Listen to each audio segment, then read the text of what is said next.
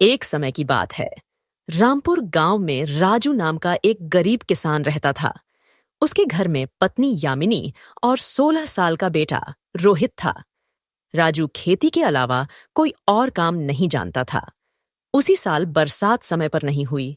फसल बर्बाद हो गई और घर में अनाज का एक दाना भी नहीं बचा। यामिनी खाली दाल के डिब्बे को उलटती है, एक दाना भी नहीं गिरता। यामिनी दुखी आवाज में, राजू, घर में एक मुट्ठी चावल भी नहीं बचा। अब रोहित को क्या खिलाएंगे? क्या करूं यामिनी, बरसात ने धोखा दे दिया। फसल बर्बाद हो गई। मैं कोशिश करता हूं, कुछ इंतजाम करता हूं। रोहित ने बड़े प्रेम से कहा। मां, आप चिंता मत करना। एक दिन ऐसा आएगा जब आपको किसी के आगे हाथ नहीं जोड़ने पड़ेंगे। मैं अपनी मेहनत और लगन से आपकी सिर ऊंचा करूंगा। दोपहर बहुत गर्म थी। राजू थके कदमों से हीरालाल की हवेली की ओर चल रहा था। उसके चेहरे पर पसीना था और मन में परिवार की चिंता, जिसे वह हर हाल में दूर करना चाहता था। हवेली के बड़े दरवाजे पर 2 चौकीदार बैठे चौकीदार उसे ऊपर से नीचे तक घूरते हैं, फिर अंदर जाने की अनुमति देते हैं। राजू अंदर पहुंचता है, जहां हीरालाल आराम से पान चबाते हुए बड़ी चारपाई पर बैठा है। हीरालाल राजू को देखते ही हल्की मुस्कान के साथ ताना कसता है। आ गया किसान, क्या हुआ? फिर से आसमान ने धोखा दे दिया क्या? राजू आंखें झुकाकर टूटे स्वर में कहता है। हीरालाल जी, बस 1500 रुपये की मदद चाहिए। हीरालाल हंसी उड़ाते हुए, अरे भैया, ये कैसी बातें कर रहे हो? 10-20 हजार ले लो। इसमें सोचने वाली कौन सी बात है? पता नहीं बरसात कब होगी और खेतों में फसल कब खड़ी होगी। आराम से लौटाना, कोई जल्दी नहीं है। तुम अपने ही तो हो, चिंता करने की बिल्कुल जरूरत नहीं। पर जमींदार मन ही मन सोचता है, यह तो मेरी बातों में आ ही गया। अब इसे अपने जाल में फंसाकर अच्छा खासा ब्याज वसूलूंगा। और इधर राजू के मन में उथल पुथल चल रही थी। हे भगवान, मैं क्या करूं? न जाने कब हमारी किस्मत बदलेगी। परिवार का पेट कैसे पालूं? शायद यही सही है। मदद ले लेनी चाहिए, नहीं तो घर में चूल्हा भी न जलेगा। ठीक है जमींदार साहब, अगर आप कह रहे हैं तो दे दीजिए।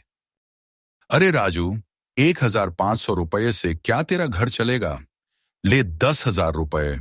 मगर याद रखना, हर महीने 8% ब्याज देना होगा। और अगर न दे पाया तो तेरे खेत की पगडंडी मेरी होगी। और पैसे लेकर राजू घर लौट जाता है।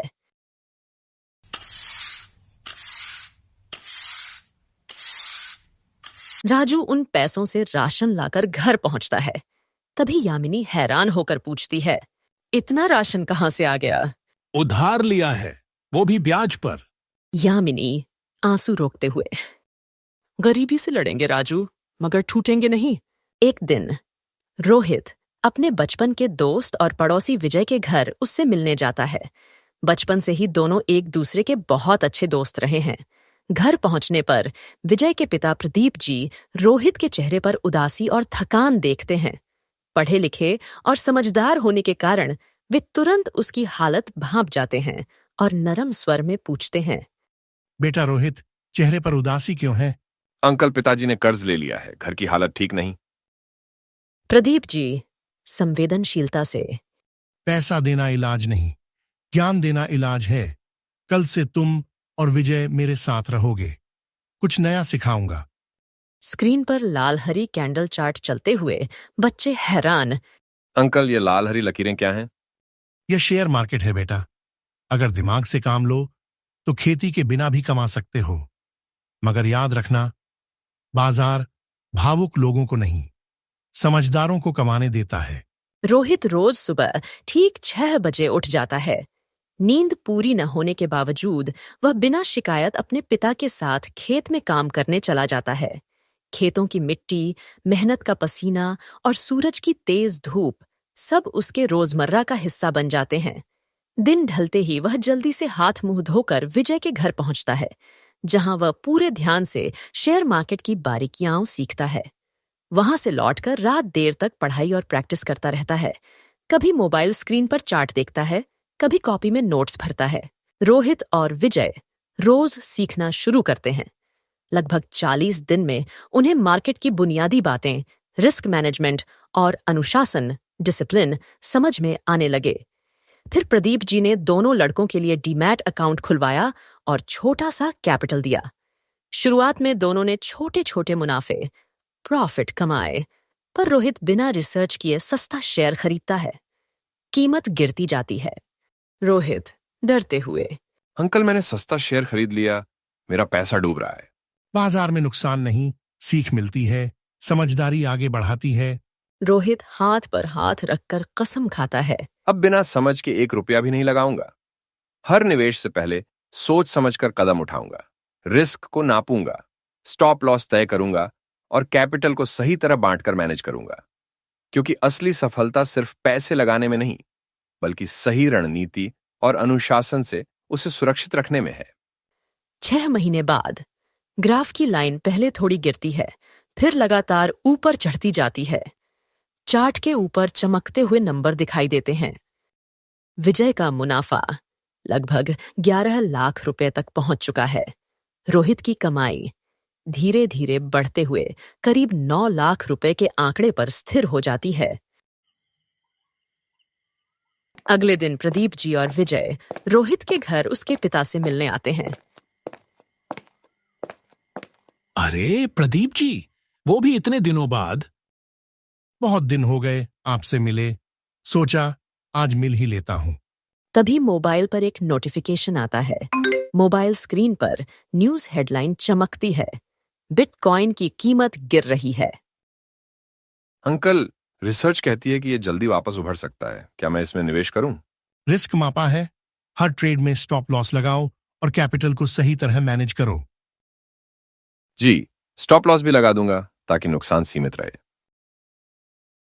राजू सारी बातें सुनकर हैरान रह जाता है। वह मन ही मन सोचता है, ये शेयर मार्केट और बिटकॉइन आखिर है क्या? तभी प्रदीप जी मुस्कुराते हुए समझाते हैं कि पिछले 6 महीनों से विजय और रोहित किस तरह मेहनत से सीख रहे हैं और कैसे उन्होंने अच्छा खासा मुनाफा कमाया है। यह सुनकर राजू और यामिनी दोनों की आंखों में चमक आ जाती है। 3 महीने बाद बिटकॉइन की कीमत आसमान छू गई। रोहित ने मुनाफा निकालकर लगभग 2 करोड़ 20 लाख रुपए कमा लिए। बेटा, ये सब कैसे? बाबा, गरीबी कभी कभी किस्मत नहीं, समझ की कमी से होती है। अब हम कर्ज भी चुकाएंगे और गांव की मदद भी करेंगे। खेती करो, पर ज्ञान भी जरूरी है। मेहनत से पेट भरोगे, लेकिन अगर दिमाग से कमाना सीखोगे तो जीवन में सुख, सम्मान और स्थिरता अपने आप आएगी।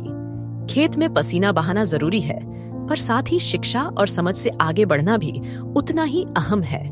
जब हाथों की ताकत और दिमाग की रोशनी मिल जाती है, तभी असली समृद्धि और संतोष मिलता है।